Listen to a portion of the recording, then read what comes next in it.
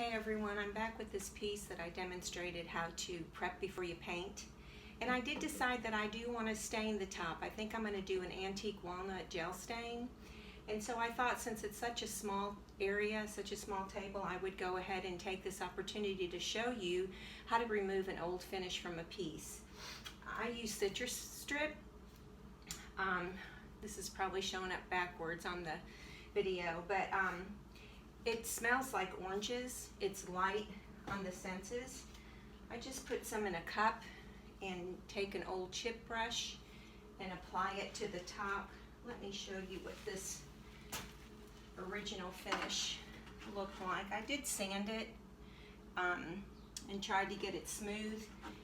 I could, with an electric sander, go ahead and take it down to the natural wood, but I decided to go ahead and show you how to use the Citristrip. So I just put some in a cup and a chip brush. Just go over the top. You don't have to put it on real thick.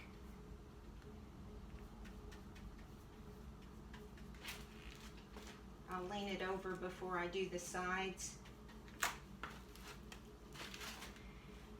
and show you how to get that done. And I just brush it on like if you were painting the piece. I don't work it too much. If it's globby in some areas, that's fine. You don't have to worry about smoothing it out. And that dining room table, the one that I did the whitewash stain on, it has 2 extended leaves on it. It took me a container and a half of the Citristrip, and here I'm running out. So I'm just going to go ahead and pour it on my piece.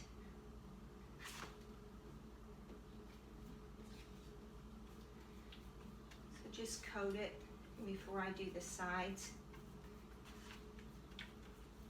I'll show you what this looks like. Just keep putting it on there. The reason why I love to use this is it is so light on the senses. And it is strong. It's not as strong. I've used Zip Strip you can get at Lowe's, and that's a real strong varnish remover.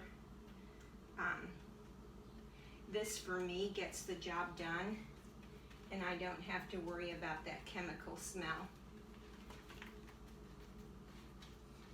Let's get this around.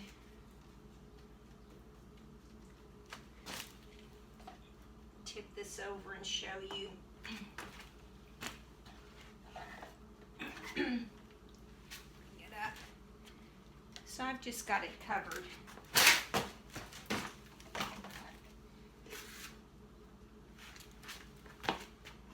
And what I do is, I'm going to tell you 2 things, and then I'll finish it off camera.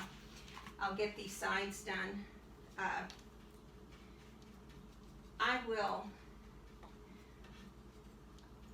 not going to be home all day. I don't know that I'll get this done before I leave the house, but sometimes I have to work here and there. An hour, get a piece prepped, come back, paint it. Sometimes I can't do it from start to finish. I've got to just work with it as I can.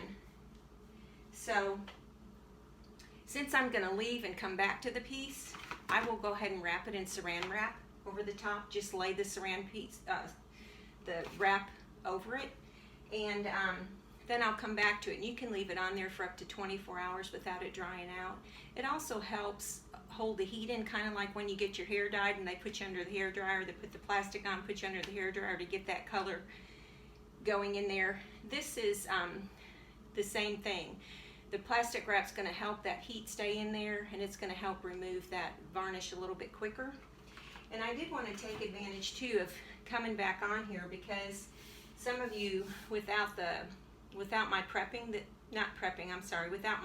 this piece, may think, well, how's that paint going to hold up on there? So I finished the base of it with the 1 coat after I did the video, and came out this morning and did a scratch test on it to see if the paint was going to stay, and did my fingernail, and it was great. Let me go ahead and come up closer, and I'm going on there pretty good with my nail. So it takes 7 to 21 days for a piece to cure, but this has only been a few hours on here, and it's holding up. The paint is holding up great on there. So I'm not concerned with this peeling at all. If I did scratch it and the paint just started peeling or scratching off, which I've never had happen with General Finishes, then I would go ahead and get the sand it down and prime it and start again. So I'm going to come back later and show you what it looks like when I get the saran wrap off, and when I start staining the top, and then give you an opportunity to see what the gel stain looks going on. So y'all have a good day.